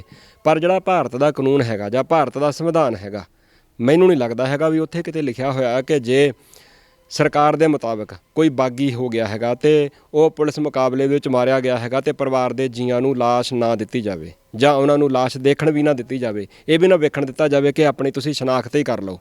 ਪਰ ਜਦੋਂ ਉਹ ਦੱਸ ਰਹੇ ਹੈਗੇ ਆ ਤੇ ਮੈਨੂੰ ਲੱਗਦਾ ਕਿ ਸ਼ਰੇਆਮ ਸੰਵਿਧਾਨ ਤੇ ਕਾਨੂੰਨ ਦੀਆਂ ਧੱਜੀਆਂ ਉਡਾਈਆਂ ਗਈਆਂ ਨੇ। ਮੇਰਾ ਤਾਂ ਧਿਆਨ ਉੱਥੇ ਹੀ ਰਹਿ ਗਿਆ। ਅਗਲਾ ਸਵਾਲ ਮੈਂ ਹੁਣ ਕੀ ਪੁੱਛਾਂ ਤੇ ਕਿੱਦਾਂ ਦੇ ਹਾਲਾਤ ਰਹੇ ਹੋਣਗੇ, ਪਰਿਵਾਰਕ ਮੈਂਬਰਾਂ ਦੇ ਉੱਪਰ ਕੀ ਬੀਤਦੀ ਹੈ, ਇੱਕ ਪਤਨੀ ਦੇ ਉੱਪਰ ਦਿਲ ਦੇ ਉੱਪਰ ਕੀ ਬੀਤਦੀ ਆ ਕਿ ਉਹਨੂੰ ਇਹ ਕਿਹਾ ਜਾਵੇ ਕਿ ਤੇਰਾ ਪਤੀ ਜਿਹੜਾ ਹੈਗਾ ਹੁਣ ਸੰਸਾਰ ਦੇ ਉੱਪਰ ਨਹੀਂ ਰਿਹਾ ਹੈਗਾ। ਮਤਲਬ ਉਹਨੂੰ ਕਿੱਦਾਂ ਯਕੀਨ ਆਵੇ? ਜੇ ਤਾਂ ਉਹ ਆਪਣੀ ਅੱਖਾਂ ਦੇ ਸਾਹਮਣੇ ਵੇਖ ਲਵੇ ਫਿਰ ਤਾਂ ਯਕੀਨ ਆ ਜਾਵੇ ਕਿ ਮੇਰਾ ਪਤੀ ਜਿਹੜਾ ਹੈਗਾ ਮੇਰੇ ਸਾਹਮਣੇ ਉਹਦੀ ਲਾਸ਼ ਪਈ ਆ, ਵੀ ਹੁਣ ਦੇਖਿਆ ਹੀ ਨਹੀਂ ਹੈਗਾ, ਪੁਲਿਸ ਦੇ ਕਹਿਣ ਦੇ ਉੱਪਰ ਯਕੀਨ ਕਰ ਲਿਆ ਔਰ ਫਿਰ ਯਕੀਨ ਕਰਨਾ ਪੈ ਗਿਆ। ਫਿਰ ਤੁਸੀਂ ਯਕੀਨ ਕਰ ਲਿਆ, ਕਰਨਾ ਹੀ ਪੈਣਾ ਸੀਗਾ, ਫਿਰ ਹੋਰ ਹਰ ਲਈ ਵੀ ਕੀ ਸੀਗਾ। ਹਾਂਜੀ ਹਾਂ, ਤੁਸੀਂ ਦੱਸ ਰਹੇ ਸੀਗੇ ਕਿ ਤੁਹਾਡੇ 'ਤੇ ਵੀ ਕੇਸ ਪਏ ਹੋਣਗੇ ਅਤੇ ਤੁਸੀਂ ਦੱਸ ਰਹੇ ਸੀਗੇ ਕਿ ਤੁਹਾਡੇ 'ਤੇ ਪੁਲਿਸ ਨੇ ਕੋਈ ਇਨਾਮ ਵੀ ਰੱਖਿਆ ਹੋਇਆ ਸੀਗਾ। ਹਾਂਜੀ, ਇਹ ਜੋਗਾ ਸਿੰਘ ਦੇ ਸ਼ਹੀਦ ਹੋਣ ਤੋਂ ਪਹਿਲਾਂ ਦੀ ਗੱਲ ਹੈ। ਇਹ ਜਦੋਂ ਜੇਲ੍ਹ ਤੋਂ ਜਿਹੜਾ ਮੈਂ ਹੋਇਆ ਨਾ, ਮੈਂ ਹਥਿਆਰ ਫੜਾ ਕੇ ਆਈ ਹਾਂ, ਉਸ ਤੋਂ ਬਾਅਦ ਤਾਂ ਫਿਰ ਪੁਲਿਸ ਮੇਰੇ ਬਹੁਤ ਮਗਰ ਪੈ ਗਈ ਅਤੇ ਵਾਰੰਟ ਵੀ ਬਣਾਏ ਸੀ ਮੈਨੂੰ। ਘਰੇ ਨਹੀਂ ਮੈਂ ਰਹਿੰਦੀ ਸੀਗੀ, ਸਿੰਘਾਂ ਦੇ ਬਸ ਜਿੱਥੇ ਸਿੰਘਾਂ ਨੇ ਕੋਈ ਰਹਿਣਾ, ਪਰਿਵਾਰਾਂ ਨੇ ਉਵੇਂ ਰਹਿਣਾ, ਅਤੇ ਉੱਥੋਂ ਮੈਂ ਫਿਰ ਫੜ ਵੀ ਲਿਆ ਸੀਗਾ ਮੈਨੂੰ ਕਾਦੀਆਂ ਥਾਣੇ 'ਚ। ਅੱਛਾ ਹਾਂ, ਹਰਜਿੰਦਰ ਸਿੰਘ ਜਿੰਦਾ ਸੀਗਾ ਜੀ, ਅਰਜਨਪੁਰੇ ਵਾਲਾ, ਅਤੇ ਇੱਕ ਸਿੰਘ ਹੋਰ ਸੀ ਨਾਲ, ਸਾਨੂੰ ਤਿੰਨਾਂ ਨੂੰ ਫੜ ਲਿਆ ਸੀ। ਅਤੇ ਉਦੋਂ ਸੈਣੀ ਸੀਗਾ ਸਮੇਤ ਸਿੰਘ ਸੈਣੀ ਜਿਹੜਾ, ਇਹ ਉੱਥੇ ਸੀ ਜੀ। ਅੱਛਾ। ਅਤੇ ਬਾਅਦ ਉੱਥੇ ਰਬੈਰੂ ਵੀ ਆਇਆ, ਬਹੁਤ ਟੌਰਚਰ ਕੀਤਾ ਜੀ ਸਾਨੂੰ। ਫਿਰ ਜਿਹੜਾ ਹਰਜਿੰਦਰ ਸਿੰਘ ਜਿੰਦਾ ਸੀ ਅਤੇ ਦੂਸਰਾ ਸਿੰਘ ਸੀਗਾ, ਉਹਨਾਂ ਦਾ ਤਾਂ ਉਹਨਾਂ ਨੇ ਮੁਕਾਬਲਾ ਬਣਾ ਦਿੱਤਾ ਸੀ, ਸ਼ਹੀਦ ਕਰਤਾ ਸੀ। ਮੈਨੂੰ ਤਸੀਹੇ ਤਾਂ ਬਹੁਤ ਦਿੱਤੇ ਪਰ ਮੇਰੇ 'ਤੇ ਕੇਸ ਪਾ ਕੇ ਫਿਰ ਮੈਨੂੰ ਜੇਲ੍ਹ 'ਚ ਭੇਜਤਾ, ਸੰਗਰੂਰ ਜੇਲ੍ਹ 'ਚ। ਪਹਿਲਾਂ ਗੁਰਦਾਸਪੁਰ ਲੈ ਕੇ ਗਏ, ਗੁਰਦਾਸਪੁਰ ਵਾਲਿਆਂ ਨੇ ਮੈਨੂੰ ਰੱਖਿਆ ਨਹੀਂ, ਵੀ ਉਹ ਜੇਲ੍ਹ 'ਚੋਂ ਸਿੰਘ ਫਰਾਰ ਹੋਏ ਸੀਗੇ, ਮੇਰੇ 'ਤੇ ਕੇਸ ਸੀਗਾ ਉਹਨਾਂ ਦਾ, ਵੀ ਇਹਨੇ ਹਥਿਆਰ ਫੜਾਏ ਆ, ਅੰਦਰ ਭੇਜੇ ਆ, ਅਤੇ ਉਹਦੇ ਕਰਕੇ ਮੈਨੂੰ ਉਹਨਾਂ ਨੇ ਕਿਹਾ ਵੀ ਨਹੀਂ ਅਸੀਂ ਇਹਨਾਂ ਨੂੰ ਰੱਖ ਨਹੀਂ ਸਕਦੇ, ਇੱਥੇ ਅਸੀਂ ਨਹੀਂ ਰੱਖਣਾ। ਇੱਕ ਮੇਰੇ 'ਤੇ TD ਐਕਟ ਲਾਇਆ ਹੋਇਆ ਸੀਗਾ। ਅੱਛਾ। ਹਾਂ, TD ਐਕਟ ਲਾਇਆ ਕਰਕੇ ਉਹਨਾਂ ਨੇ ਮੈਨੂੰ ਇੱਥੇ ਨਹੀਂ ਰੱਖਿਆ, ਉਹਨਾਂ ਨੇ ਮੈਨੂੰ ਫਿਰ ਸੰਗਰੂਰ ਭੇਜਤਾ ਹੈ। ਅੱਛਾ, ਅਤੇ ਜਦੋਂ ਤੁਹਾਨੂੰ ਤੁਸੀਂ ਦੱਸਦੇ ਆ ਵੀ ਤਸ਼ੱਦਦ ਕਰਦੇ ਸੀਗੇ ਤੁਹਾਡੇ 'ਤੇ, ਜਦੋਂ ਤੁਹਾਨੂੰ ਇੰਟੈਰੋਗੇਟ ਕੀਤਾ ਅਤੇ ਲੇਡੀ ਪੁਲਿਸ ਹੁੰਦੀ ਸੀ ਉਸ ਵੇਲੇ ਮੌਕੇ 'ਤੇ? ਨਹੀਂ, ਲੇਡੀ ਪੁਲਿਸ ਨੂੰ ਨਹੀਂ ਰੱਖਦੇ ਸੀ ਉਹ ਕੋਲ। ਲੇਡੀ ਪੁਲਿਸ ਨੂੰ ਤਾਂ ਹੁੰਦੀ, ਲੇਡੀ ਪੁਲਿਸ ਕੋਲੇ ਸੀਗੀ, ਪਰ ਇੰਟੈਰੋਗੇਟ ਤਾਂ ਇਹ ਇਕੱਲੇ ਹੀ ਕਰਦੇ ਆ। ਇਹ ਬਹੁਤ ਤੰਗ ਕਰਦੇ ਆ ਉਦੋਂ, ਟੌਰਚਰ ਇਹ ਆਪਣੇ ਤਰੀਕੇ ਨਾਲ ਹੀ ਜਿਵੇਂ ਬੰਦਿਆਂ ਨੂੰ ਕਰਦੇ ਆ, ਉਵੇਂ ਬੀਬੀਆਂ ਨੂੰ ਵੀ ਬਹੁਤ ਤੰਗ ਕਰਦੇ ਸੀ ਸਾਰੀਆਂ। ਇਹ ਦੱਸਦੇ ਸਹਿਣ ਵੇਲੇ ਤਾਂ ਸਹਿ ਲਿਆ ਜੀ, ਹੁਣ ਦੱਸਦੇ ਹਾਂ ਅਤੇ ਕਿਹਾ ਨਹੀਂ ਜਾਂਦਾ। ਬਹੁਤ ਟੌਰਚਰ ਕਰਦੇ ਰਹੇ ਬੀਬੀਆਂ। ਬਸ ਇੱਕ ਗੁਰੂ ਮਹਾਰਾਜ ਦੀ ਸ਼ਕਤੀ ਲਾ ਲਓ ਵੀ ਜਿਹੜੀ ਆਪਾਂ ਸਹੀ ਗਏ ਹਾਂ, ਸਹਿੰਦਿਆਂ ਤਾਂ ਸਹਿ ਲਿਆ, ਪਰ ਕਹਿੰਦੇ ਹੁਣ ਤਕਲੀਫ ਹੁੰਦੀ ਆ, ਕਹਿੰਦੇ ਕਾਲਜਾ ਮੂੰਹ ਨੂੰ ਆਉਂਦਾ, ਐਂ ਲੱਗਦਾ ਵੀ ਉਹ ਤੁਸੀਂ ਇਹ ਸਹਿ ਕਿਵੇਂ ਲਏ। ਗੁਰੂ ਮਹਾਰਾਜ ਦੀ ਸ਼ਕਤੀ ਜਿਹੜੀ ਸਹੀ ਗਏ। ਬਹੁਤ ਮੁਸ਼ਕਿਲ ਦੌਰ ਸੀਗਾ ਜੀ, ਬਹੁਤ ਔਖੇ। ਕੇਸ ਤੁਹਾਡੇ ਮੁੱਕ ਗਏ ਸਾਰੇ? ਹੁਣ ਮੁੱਕ ਗਿਆ ਜੀ, ਉਦੋਂ ਤਾਂ ਕੇਸ ਕਾਫੀ ਸੀ। ਇੱਕ ਜੇਲ੍ਹ ਵਾਲਾ ਵੀ ਮੈਨੂੰ ਸੀਗਾ, ਬਾਕੀ ਇਹ ਕਹਿੰਦੇ ਸੀ ਕਿ ਸਿੰਘਾਂ ਦੇ ਨਾਲ ਵੀ ਸਿੰਘਾਂ ਨੂੰ ਹਥਿਆਰ ਫੜਾਉਂਦੀ ਹੈ, ਕਰਦੀ ਹੈ ਸਿੰਘਾਂ ਦੇ। ਅਤੇ ਇੱਕ ਕੇਸ ਮੇਰੇ 'ਤੇ ਪਿਆ ਸੀਗਾ ਜੀ, ਜਦੋਂ ਸ੍ਰੀ ਅਕਾਲ ਤਖ਼ਤ ਸਾਹਿਬ ਨੇ ਦੋਹਰੀ ਵਾਰ ਢਾਇਆ ਇਹਨਾਂ ਨੇ, ਉਹ ਹਾਂਜੀ, ਉਹ ਬੀਬੀ ਵਿਮਲ ਕੌਰ ਖਾਲਸਾ ਨੇ ਉਹਦਾ ਟੱਪ ਲਾਇਆ ਸੀ ਦੋਹਰੀ ਵਾਰ। ਬੜਾ ਵੱਡਾ ਸਮਾਗਮ ਹੋਇਆ ਸੀ, ਸੰਗਤਾਂ ਦਾ ਇਕੱਠ ਹੋਇਆ, ਮਹਾਂਪੁਰਸ਼ ਬੜੇ ਆਏ ਉੱਥੇ, ਅਤੇ ਉਦੋਂ ਬੀਬੀ ਨੇ ਉਹਦੀ ਫਿਰ ਦੋਹਰੀ ਵਾਰ ਟੱਪ ਲਾ ਕੇ ਢਾਇਆ ਸੀ ਉਹਨੂੰ। ਉੱਦਣ ਇਹ ਸ਼੍ਰੋਮਣੀ ਕਮੇਟੀ ਵਾਲੇ ਟਾਸਕ ਫੋਰਸ ਵਾਲੇ ਨਹੀਂ ਢਾਉਣ ਨਹੀਂ ਦਿੰਦੇ ਸੀਗੇ, ਉਦੋਂ ਕਤਲ ਹੋ ਗਿਆ ਸੀ ਟਾਸਕ ਫੋਰਸ ਵਾਲੇ ਇੱਕ ਜਵਾਨ ਦਾ। ਅੱਛਾ। ਉਹ ਕੇਸ ਵੀ ਪਾਇਆ ਸੀ ਮੇਰੇ 'ਤੇ। ਕਾਫੀ ਸਿੰਘਾਂ 'ਤੇ ਪਾਇਆ, ਬੀਬੀਆਂ 'ਤੇ ਵੀ ਪਾਤਾ, ਬੀਬੀ 'ਤੇ ਵੀ, ਬੀਬੀ ਵਿਮਲ ਕੌਰ ਖਾਲਸਾ 'ਤੇ ਵੀ ਪਾਇਆ ਸੀ, ਕਿਉਂਕਿ ਉਹ 'ਤੇ ਅਗਵਾਈ ਕਰਦੇ ਉਹਨਾਂ 'ਤੇ ਵੀ ਕੇਸ ਚੱਲਦਾ ਰਿਹਾ, ਬੜਾ ਉਹਨਾਂ ਨੂੰ ਵੀ ਤੰਗ ਕੀਤਾ, ਪਰ ਉਹ ਗ੍ਰਿਫਤਾਰੀ ਤੋਂ ਬਚੇ ਰਹੇ। ਥਾਂ ਥਾਂ ਛਾਪੇ ਮਾਰਦੇ ਨੇ ਵੈਸੇ ਉਹਨਾਂ ਨੂੰ ਫੜਨ ਵਾਸਤੇ, ਸਾਨੂੰ ਤਾਂ ਮੌਕੇ 'ਤੇ ਹੀ ਫੜ ਲਿਆ। 14-15 ਬੀਬੀਆਂ ਸੀਗੀਆਂ, ਕੁਝ ਨੂੰ ਛੱਡਤਾ, ਕੁਝ 'ਤੇ ਕੇਸ ਪਾਤੇ। ਉਸ 3 ਮਹੀਨੇ ਤਾਂ ਜੇਲ੍ਹ 'ਚ ਰਹੇ। ਫਿਰ ਸਾਡਾ ਉਹ ਜਦੋਂ ਕੇਸ ਮੇਰੇ 'ਤੇ ਪਿਆ ਨਾ, ਉਹਦੇ ਮੇਰੇ ਨਾਲ ਸੀਗੀ ਬੀਬੀ ਹਰਜੀਤ ਕੌਰ ਵੀ ਸੀਗੀ, ਬੀਬੀ ਦਲਜੀਤ ਕੌਰ ਹੈ ਜਿਹੜੀ ਸ਼੍ਰੋਮਣੀ ਕਮੇਟੀ ਦਿੱਲੀ ਦੀ ਮੈਂਬਰ ਵੀ ਰਹੀ ਹੈ 3-4 ਵਾਰੀ, ਉਹ ਵੀ ਮੇਰੇ ਨਾਲ ਸੀ ਉੱਥੇ। ਅਤੇ ਬੀਬੀ ਹਰਜੀਤ ਕੌਰ ਸੀਗੀ ਇੱਕ ਸਰਵਾਲੀ ਪਿੰਡ ਦੀ, ਇੱਥੇ ਫਗਵਾੜੇ ਕੋਲੇ। ਉਹ ਹੁਣ ਇੰਗਲੈਂਡ ਨੇ, ਭਾਈ ਰਿਸ਼ਪਾਲ ਸਿੰਘ ਦੇ ਸਿੰਘ ਨਹੀਂ ਆ, ਭਾਈ ਰਿਸ਼ਪਾਲ ਸਿੰਘ ਵੀ ਇੰਗਲੈਂਡ ਹੈ, ਅਤੇ ਉਹ ਬੀਬੀ ਵੀ ਇੰਗਲੈਂਡ ਹੈ, ਉਹ ਵੀ ਮੇਰੇ ਨਾਲ ਰਹੇ ਆ। ਹੋਰ ਵੀ ਬੀਬੀਆਂ ਕਾਫੀ ਨਾਲ ਰਹੀਆਂ। ਅਤੇ ਉਹ ਸਾਡੇ 'ਤੇ ਕੇਸ 2-3 ਮਹੀਨੇ ਤਾਂ ਅਸੀਂ ਜੇਲ੍ਹ 'ਚ ਰਹੇ ਹਾਂ, ਮੁੜ ਕੇ 2-2.5 ਸਾਲ ਸਾਡੇ 'ਤੇ ਕਤਲ ਦਾ ਕੇਸ ਚੱਲਦਾ ਰਿਹਾ। ਇੱਥੋਂ ਮੈਂ ਤਕਰੀਕਾਂ ਭੁਗਤ ਜਾਂਦੀ ਹੁੰਦੀ ਸੀਗੀ, ਅਤੇ ਫਿਰ ਉਹ ਕੇਸ ਜਿਹੜੇ ਹੈਗੇ ਆ ਕੇਸ ਹੁਣ ਮੁੱਕ ਚੁੱਕੇ ਨੇ ਜਿਵੇਂ ਦੱਸ ਰਹੇ ਹੈਗੇ ਮਾਤਾ ਜੀ। ਸੋ ਮੈਨੂੰ ਲੱਗਦਾ ਕਿ ਜਿਹੜੇ ਸੱਜਣ ਜਿਨ੍ਹਾਂ ਨੇ ਪਰਿਵਾਰਾਂ ਨੇ ਬਹੁਤ ਕੁਝ ਝੱਲਿਆ ਹੈਗਾ। ਇੱਕ ਹੋਰ ਆ ਮੇਰੇ ਸਾਹਮਣੇ ਪਈ ਹੈਗੀ ਆ, ਵੀ ਮੈਂ ਤੁਹਾਨੂੰ ਦਿਖਾ ਦਿੰਦਾ ਜੀ। ਇਹ ਦਲ ਖਾਲਸਾ ਵਾਲਿਆਂ ਨੇ ਇਹਨਾਂ ਦਾ ਸਨਮਾਨ ਕੀਤਾ ਸੀਗਾ। ਸ਼ਹੀਦੀ ਡਾਇਰੈਕਟਰੀ ਰਿਲੀਜ਼ ਸਮਾਰੋਹ, ਜਿਹੜੀ ਮੈਂ ਪਹਿਲਾਂ ਤੁਹਾਨੂੰ ਦਿਖਾ ਕੇ ਹਟਿਆ, ਸ਼ਹੀਦੀ ਡਾਇਰੈਕਟਰੀ, ਜਿਹਦੇ ਵਿੱਚ ਭਾਈ ਸਾਹਿਬ ਜੀ ਦਾ ਨਾਮ ਹੈਗਾ, ਇਹਨਾਂ ਦੇ ਸਹੁਰਾ ਸਾਹਿਬ ਦਾ, ਜਿਹੜੇ ਸ਼ਹੀਦ ਹੋ ਗਏ ਸੀਗੇ 1984 ਦੇ ਵਿੱਚ ਦਰਬਾਰ ਸਾਹਿਬ। ਸੋ ਇਹ ਜਿਹੜਾ ਸਮਾਰੋਹ ਹੋਇਆ ਸੀਗਾ, ਸਮਾਗਮ ਹੋਇਆ ਸੀਗਾ, ਉੱਥੇ ਇਹਨਾਂ ਨੂੰ ਸਨਮਾਨਿਤ ਵੀ ਕੀਤਾ ਸੀਗਾ ਦਲ ਖਾਲਸਾ ਵਾਲਿਆਂ ਨੇ। ਮੇਰੇ ਨਾਲ ਸਰਦਾਰ ਜੋਗਾ ਸਿੰਘ ਹੋਰਾਂ ਦੇ ਭਾਈ ਸਾਹਿਬ ਹੈਗੇ ਨੇ। ਉਸ ਤੋਂ ਬਾਅਦ ਜਿਵੇਂ ਮੈਂ ਤੁਹਾਨੂੰ ਪਹਿਲਾਂ ਦੱਸਿਆ ਕਿ ਉਸ ਤੋਂ ਬਾਅਦ ਫਿਰ ਸਿੰਘਾਂ ਨੇ ਫੈਸਲਾ ਕੀਤਾ, ਕਿਉਂਕਿ ਇਹ ਵੀ ਇਕੱਲੇ ਰਹਿ ਗਏ ਮਗਰ। ਜਦੋਂ ਆਪਾਂ ਸਾਰੇ ਸਮਝਦੇ ਹਾਂ ਪਰਿਵਾਰਾਂ ਦੇ ਹਾਲਾਤ ਕਿੱਦਾਂ ਦੇ ਹੋ ਜਾਂਦੇ ਆ, ਉਸ ਵੇਲੇ ਜਵਾਨ ਸੀਗੇ ਅਤੇ ਕੀ ਕੀਤਾ ਜਾਵੇ। ਫਿਰ ਇਹ ਭਾਈ ਸਾਹਿਬ ਹੈਗੇ ਨੇ, ਬੱਚਾ ਵੀ ਨਹੀਂ ਸੀਗਾ ਉਸ ਵੇਲੇ। ਸੋ ਜੋਗਾ ਸਿੰਘ ਜੀ ਦੇ ਇਹ ਭਰਾ ਸੀਗੇ, ਹਾਂਜੀ, ਫਿਰ ਇਹ ਵੀ ਕੁਆਰੇ ਹੀ ਸੀਗੇ। ਫਿਰ ਅਰਦਾਸ ਬੇਨਤੀ ਕਰਕੇ ਗੁਰੂ ਘਰ 'ਤੇ ਫਿਰ ਇਹ ਇਕੱਠੇ ਹੁਣ ਆਪਣਾ ਜਿਹੜਾ ਜੀਵਨ ਹੈਗਾ ਇਹਨਾਂ ਨੇ ਬਿਤਾਇਆ ਹੈਗਾ। ਇੱਕ ਇਹਨਾਂ ਦੀ ਬੱਚੀ ਆ। ਭਾਈ ਸਾਹਿਬ ਜੀ, ਤੁਸੀਂ ਵੀ ਜ਼ਰੂਰ ਕੁਛ ਨਾ ਕੁਛ ਦੱਸੋ, ਤੁਸੀਂ ਵੀ ਬਹੁਤ ਕੁਛ ਝੱਲਿਆ ਹੋਊਗਾ ਉਹਨਾਂ ਸਮਿਆਂ ਦੇ ਵਿੱਚ। ਹਾਂਜੀ, ਬਸ ਇਸੇ ਤਰ੍ਹਾਂ ਹੀ ਸੀਗਾ ਜੀ। 1986 'ਚ ਜੋਗਾ ਸਿੰਘ ਵਰਗੇ ਜੋ ਜੇਲ੍ਹ 'ਚੋਂ ਭੱਜ ਗਏ, ਅਤੇ ਉਸ ਤੋਂ ਬਾਅਦ ਸਾਡੇ 'ਤੇ ਮਤਲਬ ਦੌਰ ਭੈੜਾ ਚੱਲ ਪਿਆ। ਵੈਸੇ ਤਾਂ ਸੰਤ ਜੀ ਜਦੋਂ ਆਏ ਨਾ 1981 'ਚ ਸਾਡੇ ਘਰ ਆਏ, ਉਸ ਤੋਂ ਬਾਅਦ ਹੀ ਸਾਡੇ ਮਗਰ ਪੁਲਿਸ ਲੱਗ ਗਈ, ਸਾਰੇ ਪਰਿਵਾਰ ਵਗਰੀ। ਅਤੇ ਚਲੋ ਉਹ ਤਾਂ ਅਸੀਂ ਕੱਟਦੇ ਆਏ ਜਿਸ ਤਰ੍ਹਾਂ ਵੀ ਸੀਗਾ। ਪਰ ਜਦੋਂ 1986 ਦੇ ਵਿੱਚ ਇਹ ਜੇਲ੍ਹ 'ਚੋਂ ਭਗੌੜੇ ਹੋ ਗਏ, ਉਸ ਤੋਂ ਬਾਅਦ ਸਾਡੇ 'ਤੇ ਸਖਤੀ ਵਾਲੀ ਮਤਲਬ ਕਰਨ ਲੱਗ ਗਈ ਪੁਲਿਸ। ਫਿਰ ਇੱਥੇ ਉਹ ਭੱਜੇ ਸੀਗੇ 1986 'ਚ 26 ਜਨਵਰੀ ਨੂੰ। 28 ਜਨਵਰੀ ਕਿਤੇ ਮੈਨੂੰ 5 ਵਜੇ ਪੁਲਿਸ ਚੱਕਣ ਆ ਗਈ, ਘਰੋਂ ਛਾਪਾ ਮਾਰ ਲਿਆ ਘਰ ਇੱਥੇ। ਅਤੇ ਮੈਂ ਉਦੋਂ 20 ਸਾਲ ਦਾ ਸੀਗਾ। ਚਲ ਮੈਨੂੰ ਫੜ ਲਿਆ, ਮੈਨੂੰ ਗੇਟ ਕੋਲ ਲਿਜਾ ਕੇ ਮੈਨੂੰ ਆਦੇ ਵੀ ਪਰਨਾ ਲਾ ਕੇ ਦੇ ਤੇ ਤੇਰੀਆਂ ਬਾਹਾਂ ਬੰਨਣੀਆਂ। ਉਹ ਬਾਹਾਂ ਬੰਨਣ 'ਤੇ ਮੇਰਾ ਥੋੜ੍ਹਾ ਜਿਹਾ ਝਗੜਾ ਹੋ ਗਿਆ। ਮੈਂ ਕਿਹਾ ਮੈਂ ਪਰਨਾ ਨਹੀਂ ਦਿੰਦਾ ਗਾ। ਉਹ ਥਾਣੇਦਾਰ ਗੁਰਤੇਜ ਸਿੰਘ ਸੀਗਾ ਅਤੇ ਬਠਿੰਡੇ CI ਦਾ ਸੀ। ਉਹ ਜਦੋਂ ਮੇਰੇ ਪਰਨਾ ਲਾਉਣ ਲੱਗਿਆ ਸਿਰ ਤੋਂ, ਅਤੇ ਮੈਂ ਉਹ ਚਪੇੜੇ ਮਾਰਤੇ ਉਹਦੇ 'ਤੇ। ਮੁੜ ਕੇ ਮੈਂ ਉਹਨੂੰ ਮਤਲਬ ਹੇਠਾਂ ਸਿੱਟ ਲਿਆ, ਜਫੋ ਜਫੀ ਮਤਲਬ। ਅਤੇ ਉਸ ਤੋਂ ਬਾਅਦ ਕਾਫੀ ਚਿਰ ਮਤਲਬ ਅਸੀਂ ਘੁਲੀ ਘਾਲੀ ਗਏ। ਫਿਰ ਉਹਨੇ ਪੁਲਿਸ ਨੂੰ ਗਾਲਾਂ ਕੱਢੀਆਂ ਵੀ ਮੈਨੂੰ ਛਡਾਓ। ਫਿਰ ਪੁਲਿਸ ਨੇ ਗੋਲੀ ਚਲਾਤੀ। ਇੱਥੇ ਲੋਕ ਬੜੇ ਇਕੱਠੇ ਹੋ ਗਏ ਸੀ, 6 ਵਜੇ ਦਾ ਟਾਈਮ ਸੀ। ਹਾਂਜੀ, ਇਹ ਮਤਲਬ ਸੀਗਾ ਆਪਣਾ ਮਾਰਚ ਦਾ ਸ਼ੁਰੂ ਜਿਹਾ ਹੀ ਸੀਗਾ ਜੀ। ਅਤੇ ਮੁੜ ਕੇ ਇਸ ਤਰ੍ਹਾਂ ਉਦੋਂ ਬਾਅਦ ਫਿਰ ਮੈਂ ਵੀ ਡਰ ਗਿਆ। ਮੈਂ ਕਿਹਾ ਵੀ ਇੱਥੋਂ ਦਾ ਮਤਲਬ, ਕਿਉਂਕਿ ਮੇਰੇ ਲਿਜਾ ਕੇ ਤਸ਼ੱਦਦ ਬੜਾ ਕੀਤਾ ਬਠਿੰਡੇ CI 'ਚ। ਸ਼ਾਮ ਨੂੰ ਮੈਨੂੰ ਛੱਡਤਾ ਦਿੱਤਾ। ਉੱਥੇ ਇੰਸਪੈਕਟਰ ਸੀਗਾ ਕਸਤੂਰੀ ਲਾਲ ਜੀ, ਅਤੇ ਉਹ ਬੰਦੇ ਬਹੁਤ ਚੰਗੇ ਸੀ। ਉਹਨਾਂ ਨੇ ਮੈਥੋਂ ਸਾਰੀ ਮੇਰੀ ਮਤਲਬ ਵਿਆਖਿਆ ਸੁਣੀ, ਗੱਲ ਸੁਣੀ। ਮੈਂ ਦੱਸਿਆ ਵੀ ਆਹ ਗੱਲ ਸੀ, ਅਤੇ ਮੈਂ ਪਰਨਾ ਨਹੀਂ ਦਿੰਦਾ ਸੀ, ਮੈਂ ਗੱਡੀ 'ਚ ਬਹਿੰਦਾ ਸੀਗਾ। ਅਤੇ ਮੈਨੂੰ ਆਦੇ ਵੀ ਨਹੀਂ, ਅਤੇ ਉੱਥੋਂ ਸਾਡਾ ਝਗੜਾ ਹੋ ਗਿਆ। ਫਿਰ ਉਹਨਾਂ ਨੇ ਮੈਨੂੰ ਛੱਡਤਾ, ਪਰ ਉਹਨੂੰ ਕੇਸ ਨਹੀਂ ਪਾਇਆ। ਅਤੇ ਉਹਨੇ ਗੁਰਤੇਜ ਸਿੰਘ ਨੂੰ ਮਤਲਬ ਬੜਾ ਝਿੜਕਿਆ ਵੀ ਤੂੰ ਜਦੋਂ ਆਉਂਦਾ ਸੀ ਅਤੇ ਤੂੰ ਇਹ ਕੀ ਕੀਤਾ। ਉਹ ਫਿਰ ਉਸ ਦਿਨ ਤੋਂ ਬਾਅਦ ਮੈਨੂੰ ਹੋ ਗਿਆ ਵੀ ਆਪਾਂ ਵੀ ਤੁਰ ਚੱਲੋ ਇੱਥੋਂ। ਜੀ, ਤੁਸੀਂ ਦੇਖਿਆ ਜੀ, ਮਨ ਭਰਦਾ ਹੈਗਾ, ਕਿਉਂਕਿ ਜਦੋਂ ਪਰਿਵਾਰਾਂ ਦੇ ਵਿੱਚ, ਘਰਾਂ ਦੇ ਵਿੱਚ ਇੱਦਾਂ ਹੁੰਦਾ ਹੈਗਾ, ਅਤੇ ਫਿਰ ਮਨ ਵੀ ਉਹਨਾਂ ਸਮਿਆਂ ਨੂੰ ਚੇਤੇ ਕਰਕੇ ਜਿਹੜਾ ਹੈਗਾ ਭਰਦਾ ਹੀ ਹੈਗਾ ਆ। ਮਾਤਾ ਜੀ, ਹੁਣ ਇਸ ਵੇਲੇ ਤੁਹਾਡੀ ਜਿਹੜੀ ਬੇਟੀ ਹੈਗੀ ਆ, ਉਹ ਜਿੱਦਾਂ ਤੁਸੀਂ ਦੱਸ ਰਹੇ ਸੀਗੇ ਕਿ ਵਾਹਿਗੁਰੂ ਨੇ ਕਿਰਪਾ ਕੀਤੀ, ਚਲੋ ਵਧੀਆ ਪਰਵਰਿਸ਼ ਤੁਸੀਂ ਜਿੰਨੇ ਕੁ ਜੋਗੇ ਸੀ ਕੀਤੀ ਹੈਗੀ ਆ, ਅਤੇ ਵਿਆਹ ਹੋ ਚੁੱਕਾ ਤੁਹਾਡੀ ਬੇਟੀ ਦਾ। ਹੁਣ ਕਿੱਥੇ ਆ ਅੱਜ ਕੱਲ੍ਹ? ਹੁਣ ਹੈਗੀ ਆ ਪੁਰਤਗਾਲ ਚਲੀ ਗਈ। ਜਰਮਨ ਸੀਗੀ, ਜਰਮਨ ਤੋਂ ਫਿਰ ਸਿੰਘ ਭਾਈ ਜਸਵੰਤ ਸਿੰਘ ਹੋਣੀ ਆ, ਬਰਲਿਨ ਗੁਰਦੁਆਰਾ ਸਾਹਿਬ ਦੇ ਪ੍ਰਧਾਨ ਨੇ। ਉਹ ਵੀ ਖੜਕੂ ਸਿੰਘਾਂ ਦੇ ਨਾਲ ਬੜਾ ਉਹਨਾਂ ਦਾ ਯੋਗਦਾਨ ਰਿਹਾ। ਅਤੇ ਉਹਨਾਂ ਨੇ ਮਤਲਬ ਕਹਿ ਕੇ ਸਾਰਾ ਵੀ ਇੱਥੇ ਬੱਚਿਆਂ ਦੇ ਨਾਲ ਨਹੀਂ ਕੁਛ ਬਣੇਗਾ, ਅਤੇ ਉਹਦੇ ਉੱਥੇ ਪੇਪਰ ਲਵਾਤੇ ਆ, ਅਤੇ ਉਹ ਹੁਣ ਪੁਰਤਗਾਲ ਆਏ। ਮੈਰਿਜ ਹੋ ਗਈ? ਹਾਂਜੀ, ਮੈਰਿਜ ਤਾਂ ਫਿਰ ਉਹਨਾਂ ਦੀ ਕਰਤੀ। ਪਹਿਲਾਂ ਤਾਂ ਨਹੀਂ ਹੋਈ ਮੈਰਿਜ। ਜਦੋਂ ਅਸੀਂ ਕਾਗਜ਼ ਵੀ ਭਰਤੇ, ਪੈਸਾ ਪੂਸਾ ਭਰਤਾ, ਬੜੇ ਮਤਲਬ ਔਖਾ ਪੈਸਾ ਇਕੱਠਾ ਕੀਤਾ, ਅਤੇ ਕੁਦਰਤੀ ਸੰਯੋਗ ਸੀ ਉਹਦੀ ਮੈਰਿਜ ਵੀ ਹੋ ਗਈ। ਉਹ ਲੜਕਾ ਤਾਂ ਇੱਥੇ ਹੀ ਆ, ਅਤੇ ਗੁੱਡੀ ਨੂੰ ਹੋ ਗਏ, ਬੇਟੀ ਨੂੰ ਸਾਡੀ ਨੂੰ 3 ਮਹੀਨੇ ਹੋ ਗਏ ਉੱਥੇ ਗਈ ਨੂੰ। ਉਹ ਜੋ ਜੀ ਬਹੁਤ ਕੁਝ ਚੱਲਿਆ ਹੋਊਗਾ ਹੈ ਨਾ ਜੀ। ਜਦੋਂ ਚੱਲਦੇ ਆ, ਅਤੇ ਜਦੋਂ ਕੇਸ ਪੈਂਦੇ ਆ, ਜਦੋਂ ਤਰੀਕਾਂ ਪੈਂਦੀਆਂ, ਹੁਣ ਇੱਥੇ ਗਾਣਿਆਂ ਦੇ ਵਿੱਚ ਤਾਂ ਆਉਂਦਾ ਵੀ ਜਦੋਂ ਪੈਂਦੀ ਆ ਤਰੀਕ ਕਿਸੇ ਜੱਟ ਦੀ, ਅਤੇ ਕਚਹਿਰੀਆਂ 'ਚ ਮੇਲੇ ਲੱਗਦੇ, ਇੱਦਾਂ ਦੇ ਗਾਣੇ ਗਾਉਣੇ ਤਾਂ ਮੈਨੂੰ ਲੱਗਦਾ ਕਿ ਬਹੁਤ ਸੌਖੇ ਆ। ਪਰ ਜਦੋਂ ਕੇਸ ਪੈਂਦੇ ਆ ਅਤੇ ਹੰਡਾਉਣੇ ਪੈਂਦੇ, ਜਦੋਂ ਕਚਹਿਰੀਆਂ ਦੇ ਵਿੱਚ ਜਾ ਕੇ, ਅਤੇ ਫਿਰ ਪਤਾ ਲੱਗਦਾ ਵੀ ਉੱਥੇ ਕੰਧਾਂ ਵੀ ਪੈਸੇ ਮੰਗਦੀਆਂ ਜਦੋਂ ਇੱਦਾਂ ਹੈ ਨਾ ਜੀ।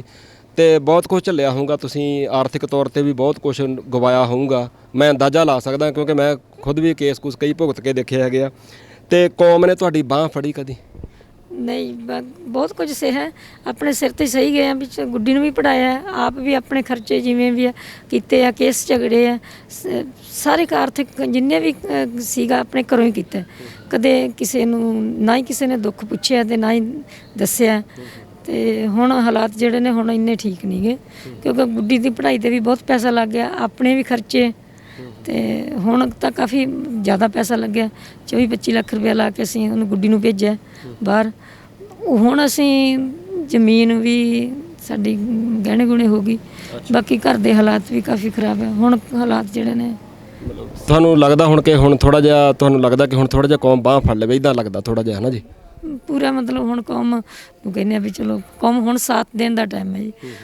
ਪਹਿਲਾਂ ਨਹੀਂ ਸਾਨੂੰ ਇੰਨੀ ਔਖ ਸੀ, ਅਸੀਂ ਕਿਸੇ ਨੂੰ ਕੁਝ ਕਿਹਾ ਵੀ ਨਹੀਂਗਾ ਜੀ। ਤੇ ਹੁਣ ਜੇ ਕੌਮ ਇਸ ਜ਼ਿੰਮੇਵਾਰੀ ਨੂੰ ਨਿਭਾਵੇ ਤੇ ਸ਼ਾਇਦ ਥੋੜਾ ਸੌਖਾ ਹੋ ਜਾਏ, ਕਿਉਂਕਿ ਹੁਣ ਜ਼ਿਆਦਾ ਮੁਸ਼ਕਲ ਆ ਗਈ ਜੀ। ਜ਼ਰੂਰ ਵੱਡੀ ਮੁਸ਼ਕਲ ਹੈ ਹੁਣ ਆਰਥਿਕ ਤੌਰ ਤੇ ਨਾ ਕਾਫੀ ਆ ਗਈ, ਕਿ ਜਿਹੜਾ ਇਹ ਆਰਥਿਕ ਤੌਰ ਤੇ ਅਸੀਂ ਆਪਣੇ ਤੌਰ ਤੇ ਲੜ ਨਹੀਂ ਸਕਦੇ। ਕੋਈ ਜ਼ਮੀਨ ਸਾਰੀ ਗਹਿਣੇ ਗੁਣੇ ਹੋ ਗਈ ਹੈ, ਹੁਣ ਔਖਾ ਕਾਫੀ ਹੋ ਗਿਆ।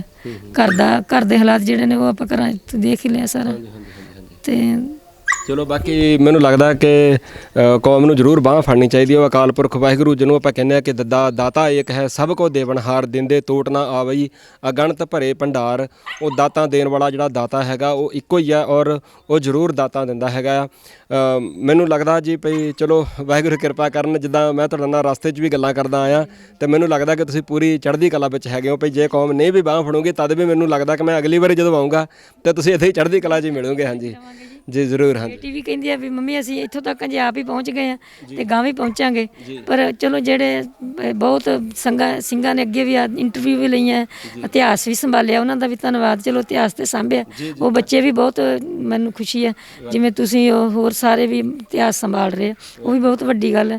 ਤੇ ਹੁਣ ਸਾਨੂੰ ਵੈਸੇ ਹੁਣ ਸਿੰਘਾਂ ਨੇ ਮਦਦ ਕੀਤੀ, ਜਿਵੇਂ ਭਾਈ ਮੁਖਦੇਵ ਸਿੰਘ ਹੋਣੀ ਹੈ USA ਤੋਂ, ਉਹਨਾਂ ਨੇ ਭਾਈ ਰਣਜੀਤ ਸਿੰਘ ਦੇ ਦਮਦਮੀ ਟਕਸਾਲ ਵਾਲੀ ਫੈਡਰੇਸ਼ਨ ਦੇ ਆ, ਉਹਨਾਂ 25,000 ਰੁਪਈਆ ਸਾਨੂੰ ਭੇਜਿਆ, ਉਹਨਾਂ ਦਾ ਵੀ ਧੰਨਵਾਦ ਹੈ। ਉਹਨਾਂ ਨੇ ਹੁਣ ਜ਼ਰੂਰ ਸਾਡੀ ਮਦਦ ਕੀਤੀ ਹੈ, ਹੁਣ ਉਹ ਦੇ ਕੇ ਗਏ ਆ ਭਾਈ ਰਣਜੀਤ ਸਿੰਘ ਹੋਣੀ 25,000 ਉਹਨਾਂ ਨੇ USA ਤੋਂ ਭੇਜਿਆ ਸੀ, ਭਾਈ ਮੁਖਦੇਵ ਸਿੰਘ ਉਹਨਾਂ ਨੇ, ਉਹਨਾਂ ਦਾ ਧੰਨਵਾਦ। ਅਤੇ ਹੋਰ ਜੇ ਕਿਸੇ ਨੇ ਨਹੀਂ ਕੀਤਾ, ਚਲੋ ਜਿਵੇਂ ਕੌਮ ਦੀ ਸਾਨੂੰ ਤਾਂ ਇੰਨਾ ਹੀ ਪਤਾ ਵੀ ਉਹ ਚਲੋ ਸਾਰੇ ਆਉਂਦੇ ਆ।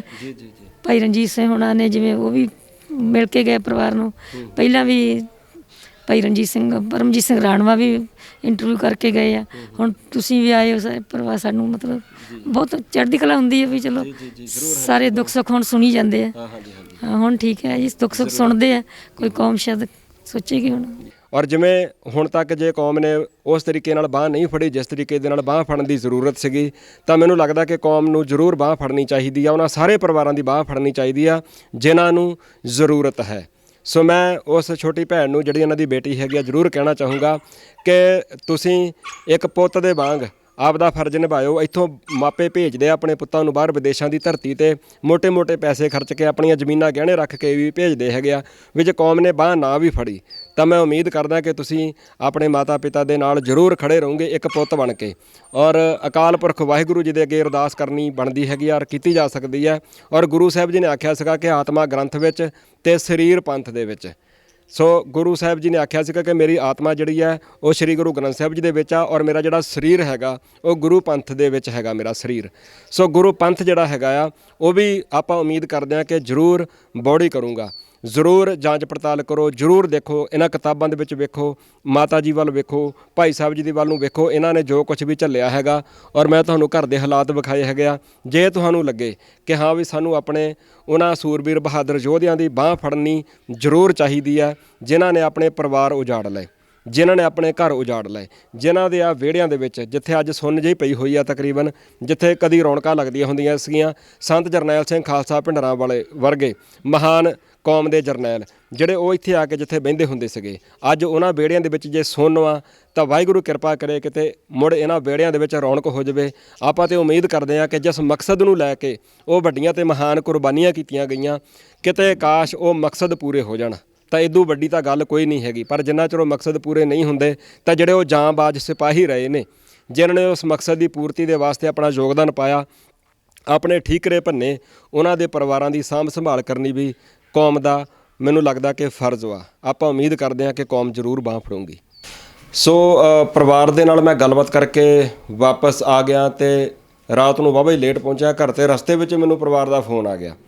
ਮਾਤਾ ਜੀ ਕਹਿੰਦੇ ਕਿ ਮੈਂ ਇੰਟਰਵਿਊ ਦੇ ਵਿੱਚ ਕਹਿ ਬੈਠੀ ਸੀ ਕਿ ਪਰਿਵਾਰ ਨੇ ਸਾਡੀ ਕੋਈ ਖਾਸ ਬਹੁਤੀ ਬਾਂਹ ਫੜੀ ਨਹੀਂ ਹੈਗੀ। ਸਰਦਾਰ ਮੁਖਦੇਵ ਸਿੰਘ ਹੁਣਾਂ ਦਾ ਉਹਨਾਂ ਨੇ ਜ਼ਿਕਰ ਕੀਤਾ ਸੀਗਾ ਕਿ ਪਿੱਛੇ ਜਿਹੇ ਰਣਜੀਤ ਸਿੰਘ ਦਮਦਮੀ ਟਕਸਾਲ ਵਾਲਾ ਨੌਜਵਾਨ ਵੀ ਉਹਦੇ ਜ਼ਰੀਏ ਉਹਨਾਂ ਨੇ 25,000 ਰੁਪਏ ਭੇਜੇ ਸੀਗੇ। ਅਤੇ ਕਹਿੰਦੇ ਹੁਣ ਮੁਖਦੇਵ ਸਿੰਘ ਅਤੇ ਸਰਦਾਰ ਹਰਦੇਵ ਸਿੰਘ ਹੁਣਾਂ ਦਾ ਜ਼ਿਕਰ ਕੀਤਾ ਉਹਨਾਂ ਨੇ, ਮਾਸਟਰ ਹਰਦੇਵ ਸਿੰਘ ਹੋਰਾਂ ਦਾ। ਕਹਿੰਦੇ ਉਹਨਾਂ ਨੇ ਮੇਰੀ ਬੇਟੀ ਜਿਹੜੀ ਕਿ ਬਾਹਰ ਜਰਮਨ ਦੇ ਵਿੱਚ ਰਹਿ ਰਹੀ ਹੈ ਵੀ ਉਹਦੀ ਪੜ੍ਹਾਈ ਦੇ ਵਾਸਤੇ 1 ਲੱਖ ਰੁਪਈਆ ਉਹਨਾਂ ਨੇ ਹੈਲਪ ਕੀਤੀ ਹੈ। ਅਤੇ ਮੈਨੂੰ ਕਹਿੰਦੇ ਕਿ ਇਸ ਗੱਲ ਦਾ ਜ਼ਿਕਰ ਤੁਸੀਂ ਜ਼ਰੂਰ ਕਰ ਦਿਓ। ਸੋ ਮੈਂ ਕਿਹਾ ਕੋਈ ਗੱਲ ਨਹੀਂ, ਮੈਂ ਇਸ ਗੱਲ ਦਾ ਜ਼ਿਕਰ ਜ਼ਰੂਰ ਕਰੂੰਗਾ। ਮੈਨੂੰ ਲੱਗਦਾ ਕਿ ਜ਼ਿਕਰ ਕਰਨਾ ਵੀ ਚਾਹੀਦਾ ਹੈ ਕਿ ਜਦੋਂ ਸਾਡੀ ਕੋਈ ਬਾਂਹ ਫੜਦਾ ਹੈ ਤਾਂ ਸਾਨੂੰ ਕਹਿਣਾ ਚਾਹੀਦਾ ਕਿ ਹਾਂ ਵੀ ਸਾਡੀ ਬਾਂਹ ਫੜੀ ਹੈ। ਜੇ ਨਹੀਂ ਬਾਂਹ ਫੜੀ ਤਾਂ ਫਿਰ ਇੱਕ ਵੱਖਰੀ ਗੱਲ ਹੈ ਕਿ ਆਪਾਂ ਕਹਿ ਸਕਦੇ ਕਿ ਸਾਡੀ ਬਾਂਹ ਨਹੀਂ ਫੜੀ, ਪਰ ਜੇ ਕੋਈ ਬਾਂਹ ਫੜਦਾ ਹੈ ਤਾਂ ਜ਼ਿਕਰ ਜ਼ਰੂਰ ਕਰਨਾ ਚਾਹੀਦਾ। ਸੋ ਮੈਨੂੰ ਬਹੁਤ ਚੰਗਾ ਲੱਗਾ। ਅਤੇ ਉਸ ਤੋਂ ਇਲਾਵਾ ਮੈਂ ਜਿੰਨੇ ਵੀ ਸੱਜਣ ਗੱਲਬਾਤ ਨੂੰ ਸੁਣ ਰਹੇ ਨੇ ਸਾਰਿਆਂ ਨੂੰ ਬੇਨਤੀ ਕਰਨੀ ਚਾਹੂੰਗਾ ਕਿ ਜਿੰਨੇ ਜਣੇ ਵੀ ਗੱਲ ਸੁਣਦੇ ਹੋ, ਮੈਂ ਮਾਤਾ ਜੀ ਦਾ ਨੰਬਰ ਬੋਲੂੰਗਾ, ਤੁਸੀਂ ਉਹਨਾਂ ਦੇ ਨਾਲ ਗੱਲਬਾਤ ਜ਼ਰੂਰ ਕਰਿਓ। ਇਕੱਲਾ ਇਸ ਕਰਕੇ ਨਹੀਂ ਗੱਲਬਾਤ ਕਰਨੀ ਹੁੰਦੀ ਕਿ ਆਪਾਂ ਉਹਨਾਂ ਨੂੰ ਹੈਲਪ ਕਰਨੀ ਆ ਜਾਂ ਆਪਾਂ ਉਹਨਾਂ ਦੀ ਹੈਲਪ ਤਾਂ ਕਰ ਨਹੀਂ ਸਕਦੇ ਤਾਂ ਫਿਰ ਮੈਂ ਫ਼ੋਨ ਕੱਲ੍ਹ ਹੀ ਕਰਾਂ। ਫ਼ੋਨ ਕਰਨ ਦੇ ਨਾਲ ਉਹਨਾਂ ਨੂੰ ਵੈਸੇ ਹੀ ਬਹੁਤ ਚੰਗਾ ਲੱਗਦਾ ਹੁੰਦਾ ਆ, ਕਿਉਂਕਿ ਤੁਸੀਂ ਸੁਣਿਆ ਜਿੱਦਾਂ ਵਿੱਚ ਉਹਨਾਂ ਨੇ 2-3 ਵਾਰ ਇਸ ਗੱਲ ਦਾ ਜ਼ਿਕਰ ਕੀਤਾ, ਕਹਿੰਦੇ ਕਿ ਤੁਸੀਂ ਇੰਟਰਵਿਊ ਕਰਨ ਵਾਸਤੇ ਆਏ ਹੋ ਜਾਂ ਪਹਿਲਾਂ ਵੀ ਕੋਈ ਨਾ ਕੋਈ ਆਇਆ ਸੀਗਾ, ਸਾਨੂੰ ਚੰਗਾ ਲੱਗਦਾ। ਸੋ ਜਿਨ੍ਹਾਂ ਨੇ ਆਪਣੀ ਜ਼ਿੰਦਗੀ ਦੇ ਵਿੱਚ ਕੌਮ ਦੀ ਖਾਤਰ ਸੰਘਰਸ਼ ਕੀਤਾ ਹੁੰਦਾ, ਤਸ਼ੱਦਦ ਤੰਗੀਆਂ ਝੱਲੀਆਂ ਹੁੰਦੀਆਂ ਨੇ, ਹੁਣ ਜਦੋਂ ਉਹਨਾਂ ਦੀ ਉਮਰ ਜ਼ਿਆਦਾ ਹੁੰਦੀ ਜਾ ਰਹੀ ਹੈ, ਬਹੁਤਾ ਜ਼ਿਆਦਾ ਇੱਧਰ ਉੱਧਰ ਨਹੀਂ ਘੁੰਮਦੇ ਫਿਰਦੇ, ਘਰ ਦੇ ਵਿੱਚ ਹੀ ਜ਼ਿਆਦਾ ਸਮਾਂ ਬਿਤਾਉਂਦੇ ਆ, ਤਾਂ ਉਹਨਾਂ ਨੂੰ ਬਹੁਤ ਚੰਗਾ ਲੱਗਦਾ ਜਦੋਂ ਉਹਨਾਂ ਨੂੰ ਕੋਈ ਫ਼ੋਨ ਕਰਦਾ ਆ। ਤਾਂ ਮੈਂ ਉਹਨਾਂ ਦਾ ਨੰਬਰ ਬੋਲ ਦਿੰਦਾ, ਤੁਸੀਂ ਉਹਨਾਂ ਨੂੰ ਜ਼ਰੂਰ ਫ਼ੋਨ ਕਰਿਓ। ਉਹਨਾਂ ਦਾ ਨੰਬਰ ਹੈਗਾ ਜੀ ਮਾਤਾ ਗੁਰਬਿੰਦਰ ਕੌਰ ਜੀ ਵਿਸ਼ਨੰਦੀ, ਪਿੰਡ ਦਾ ਨਾਮ ਹੈਗਾ ਵਿਸ਼ਨੰਦੀ, 77 107 42 090 77 107 42 090। ਬਹੁਤ ਬਹੁਤ ਧੰਨਵਾਦ।